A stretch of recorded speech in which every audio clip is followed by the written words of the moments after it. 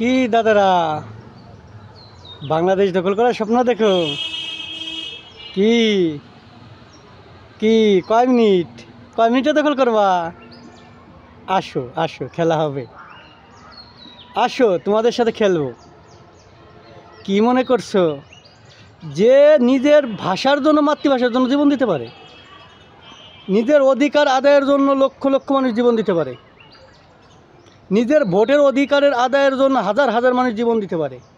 আর সে মানুষ, সেই দেশের মানুষ নিজের দেশের জন্য কি করতে পারে সেইটাকে ভাববা।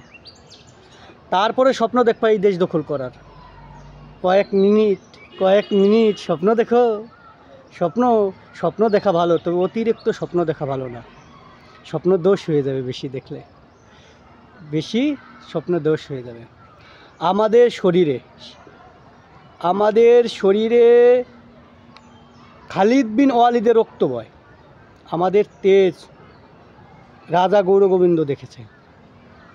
নারায় তকবীর আল্লাহু আকবার ধ্বনিতে পালিয়ে যেতে বাধ্য হয়েছে। আর এই প্রজন্মে আমরা তাদের উত্তরসূরি, শাহজালালের উত্তরসূরি। আর আমরা যে কি করতে পারি, খালি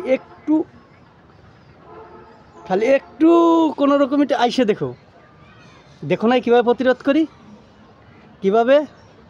এক ইঞ্চিও আমরা ছাড়বো না।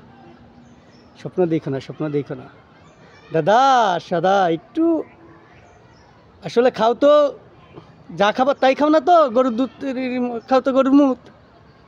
এই জন্য মাথায় এরকম বুদ্ধি, এরকম মাথায়। কারণ যেইটা খাবার সেইটা তো আর খাও না, ওরকম যেটা চিন্তা করো সেইটাও করো না। কারণ তোমাকে মাথায় তো আল্লাহ কিছু দেয় নাই। তোমাকে মাথায় ওই যে মুত খাওয়া মাথা, তো গরুর মুত খাওয়া মাথা তো ওই যে গেছে, একবারে শেষ হয়ে গেছে। মাথার ভিতর তো আর কিছু ধরে না।